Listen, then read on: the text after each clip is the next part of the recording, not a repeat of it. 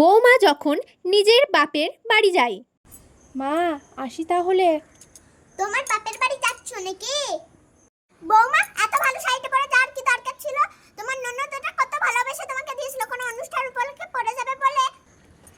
বাবা, এত মোটা করে সিঁদুর পরেছো, এত মোটা করে টিপ পরেছো, কি দরকার ছিল? সিঁদুর একটু ঠিকিয়ে নিলেই তো হতো।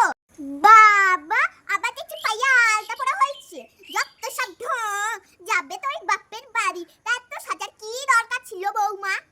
শোনো বৌমা, অত ফলমূল নিয়ে যাওয়ার কোনো দরকার নেই। মাসে মাসেই তো যাচ্ছ বাপের বাড়ি। আমি বাবুকে বলে দিয়েছি একদম ফল মিষ্টি বেশি কিছু নিয়ে যাবে না। যত সব আমার বাবুর টাকাগুলো ধ্বংস করার ধান্দা। বৌমা যখন শাশুড়ির বাপের বাড়ি যায়। মা, আসি তাহলে। হ্যাঁ বৌমা, যাও। বৌমা, এটা কি শাড়ি পরে এসেছে? যাও আলমারি থেকে একটা ভালো নতুন দেখে শাড়ি পরে এসো। আর হ্যাঁ, এটা তোমার বাপের বাড়ি যাচ্ছ না, এটা আমার বাপের বাড়ি যাচ্ছ। বৌমা, এটা কি সিঁদুর পরা হয়েছে? ছোট্ট করে সিঁদুরটা দেখাই যাচ্ছে না। যাও ঘরে গিয়ে মোটা করে সিঁদুর আর টিপ পরে এসো।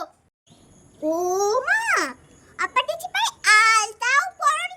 নিজের বাপের বাড়ি যাওয়ার সময় তো দেখি মোটা করে সিঁদুর, মোটা করে টিপ আর পায়ে আলতাও পরো, তখন তো কিছু শিখিয়ে দিতে হয় না? আগে বৌমা ওইসব ছাড়ো। আর হ্যাঁ বৌমা, আরেকটা কথা শোনো, আমার বাপের বাড়ি গিয়ে সব সময় মাথায় ঘোমটা দিয়ে থাকবে। আর শোনো, আমার বাপের বাড়ির লোকে সবারই পায়ে মাথা ঠুকে ঠুকে প্রণাম করবে। আমার কথা মহারানী কতই বা শুনবে, ভগবানই জানে। বাপের বাড়ির সকল লোকের সামনে আমার নাক না কাটালে হবে মহারানী? আর শোনো বৌমা, আমার বাপের বাড়ি গিয়ে একদম নেচে নেচে ধিঙ্গিপানা করে বেড়াবে না। সভ্য ভদ্র হয়ে থাকবে বৌমা, সবার সঙ্গে হেসে খেলে মিলে মিশে একসঙ্গে হয়ে থাকবে। আমি বাবুকে বলে দিয়েছি আমার বাপের বাড়িতে অনেক লোক আছে, ভালো ফল মিষ্টি ভালো ভালো খাবার যেন নিয়ে যায়। দেখো বৌমা, তুমি আবার বারণ করো না যেন।